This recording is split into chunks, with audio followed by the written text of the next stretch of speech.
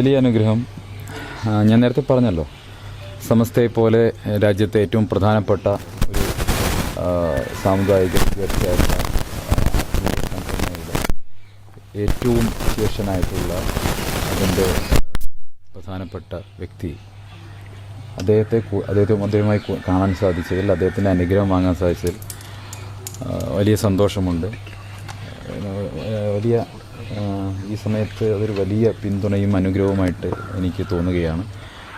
തീർച്ചയായിട്ടും നേരത്തെ തന്നെ വരാൻ ആഗ്രഹിച്ച സ്ഥലമാണിത്.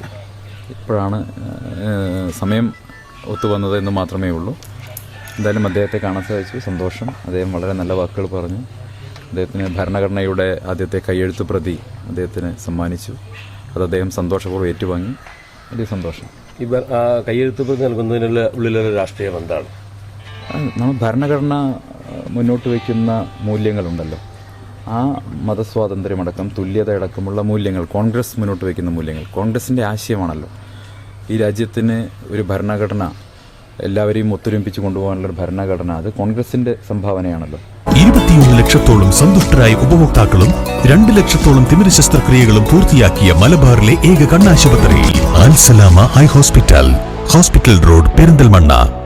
തീർച്ചയായിട്ടും കോൺഗ്രസ് പാർട്ടിയുടെ ഭാഗമായ ഞാൻ തങ്ങളെപ്പോലെ ഒരാളെ കാണുന്ന സമയത്ത് നൽകേണ്ടത് എന്തായിരിക്കണമെന്ന് സംബന്ധിച്ച് എൻ്റെ മനസ്സിലൊരു ചിന്തയുണ്ടായപ്പോൾ എൻ്റെ കൈവശം ഇരിക്കുന്ന ഈ അമൂല്യമായിട്ടുള്ള ഭരണഘടനയുടെ കയ്യെഴുത്ത് പ്രതി തന്നെ അദ്ദേഹത്തിന് കൊടുക്കണം എന്നെനിക്ക് തോന്നി. ഞാൻ അദ്ദേഹത്തിന് കൊടുത്തു. അദ്ദേഹവും അത് സന്തോഷപൂർവ്വം സ്വീകരിച്ചു. വോട്ടെടുപ്പ് നടക്കുന്ന ദിവസമാണ്, അതൊക്കെ ചർച്ചയിൽ വന്നോ? ഇല്ല, അത്തരം രാഷ്ട്രീയ കാര്യങ്ങളൊന്നും അദ്ദേഹം ചർച്ച ചെയ്തിട്ടില്ല. മതേതരത്വം ശക്തിപ്പെടുത്താൻ വേണ്ടി എല്ലാവരും ഒത്തൊരുമിച്ച് നിൽക്കണം എന്നുള്ള ഒരു സന്ദേശമാണ് അദ്ദേഹവും തന്ന്. ഞാനും അദ്ദേഹവുമായിട്ട് അക്കാര്യമാണ് സംസാരിച്ചത്. മതേതരത്വത്തെ ഭിന്നിപ്പിക്കുന്ന, അല്ലെങ്കിൽ മതേതര വിശ്വാസികളെ ഭിന്നിപ്പിക്കുന്ന നിലപാടുകൾ ആരായാലും സ്വീകരിക്കരുത്. രാജ്യം വളരെ സങ്കീർണമായ രീതിയിൽ മുന്നോട്ട് പോയിക്കൊണ്ടിരിക്കുന്ന സമയത്ത് കേരളത്തിനകത്തും പ്രതിലോമ ശക്തികൾ പിടിമുറുക്കുന്ന സാഹചര്യം ഉണ്ടാകാതിരിക്കാൻ മതേതര ശക്തികൾ ഒത്തൊരുമിച്ച് നിൽക്കേണ്ട കാലമാണ്. പക്ഷേ പാലക്കാട് ദൗർഭാഗ്യവശാൽ കേരളത്തിൻ്റെ മുഖ്യമന്ത്രിയും CPM-ഉം മതേതര വോട്ടുകൾ ഭിന്നിപ്പിച്ച് BJPക്ക് രാഷ്ട്രീയ നേട്ടം ഉണ്ടാക്കി കൊടുക്കാനുള്ള പരിശ്രമത്തിലാണ്.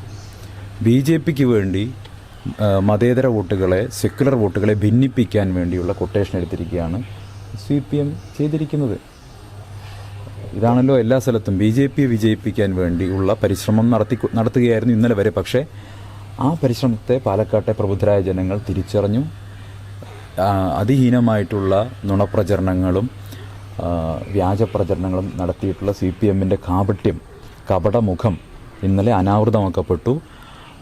മതേതര വിശ്വാസികളുടെ വോട്ടുകൾ ഭിന്നിപ്പിച്ച് വർഗീയ ശക്തികൾക്ക് മുന്നേറ്റം ഉണ്ടാക്കി കൊടുക്കാനുള്ള പിണറായി വിജയൻ്റെയും CPM-ൻ്റെയും ശ്രമത്തിന് കനത്ത പ്രഹരം പാലക്കാട്ടെ വോട്ടർമാർ ഇന്നേൽപ്പിക്കും എന്നുള്ള കാര്യത്തിൽ ഒരു സംശയവുമില്ല. ഇന്നലെ സുപ്രഭാതത്തിൽ